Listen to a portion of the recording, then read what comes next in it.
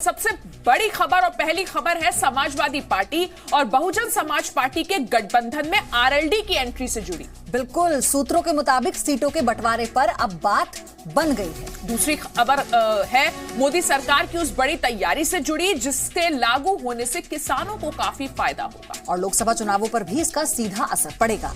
तीसरी खबर कर्नाटक में जारी राजनीतिक खींचतान से जुड़ी है। कुमारस्वामी सरकार के भविष्य पर खतरे के बादल मंडरा रहे हैं। और चौथी अहम खबर सिख विरोधी दंगों के आरोपी जगदीश टाइटलर से जुड़ी हुई है। टाइटलर कल शीला दीक्षित की ताजपोशी के कार्यक्रम में सबसे आगे कतार में बैठे हुए नजर आए थे। और जाहिर तौर पर शीला दीक्षित भले ही कहें कि बेवजह मामले को तूल दी गई है, लेकिन विवाद अब बढ़ चुका है और सवाल तो उठेंगे। तो 2019 के आम चुनाव से पहले मोदी सरकार किसानों के लिए बड़ी योजनाओं का ऐलान कर सकती है। जी हां, न्यूज एजेंसी रॉयटर्स के मुताबिक किसानों के लिए सबसे बड़ी योजना उनके खाते में सीधे पैसे ट्रांसफर करने की है। इसके लिए सरकार ओडिशा सरकार की योजना को भी देख रही है। और अगर सरकार ऐसी कोई स्कीम लाती है तो ये आर्थिक आरक्षण के बाद मोदी सरकार का सबसे बड़ा कदम कहा जाएगा। अन्नदाता 2019 के भाग्य विधाता किसान क्रांति से 2019 में सरकार, आर्थिक आरक्षण के बाद एक और गेम चेंजर, किसानों को बड़ा तोहफा देगी मोदी सरकार। 2019 के आम चुनाव से पहले मोदी सरकार किसानों के लिए बड़ी योजनाओं का ऐलान कर सकती है। न्यूज एजेंसी रॉयटर्स के मुताबिक किसानों के लिए सबसे बड़ी योजना उनके खाते में सीधे पैसे ट्रांसफर करने की है। इसके लिए सरकार ओडिशा सरकार की योजना का अध्ययन कर रही है, जिसके तहत 5 एकड़ तक जमीन वाले किसानों को बीज, कीटनाशक और फर्टिलाइजर खरीदने और मजदूरों का भुगतान करने के लिए सीधे खाते में रकम ट्रांसफर की जाती है। देखा जाए तो इस बात की तरफ इशारा पीएम मोदी ने 2019 की दस्तक के साथ ही कर दिया था।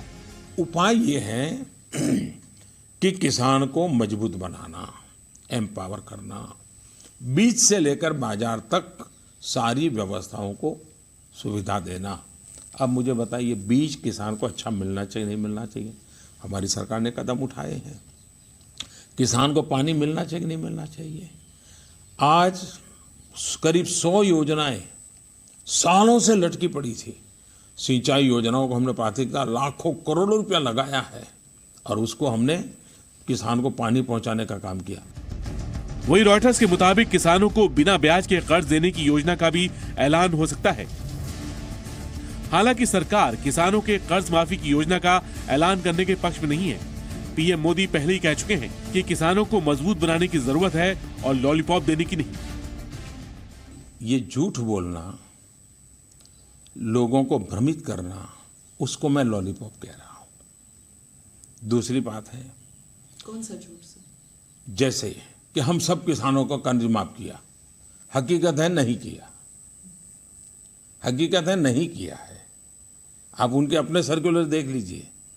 तो इस प्रकार का झूठ और भ्रमित करने वाली बातों से फायदा नहीं है। सरकार को मार्च तक रिजर्व बैंक ऑफ इंडिया से 300 से 400 अरब रुपए तक का अंतरिम लाभांश मिलने की उम्मीद है। इसी पैसे का इस्तेमाल किसानों के लिए योजना बनाने में हो सकता है। ब्यूरो रिपोर्ट, जी मीडिया।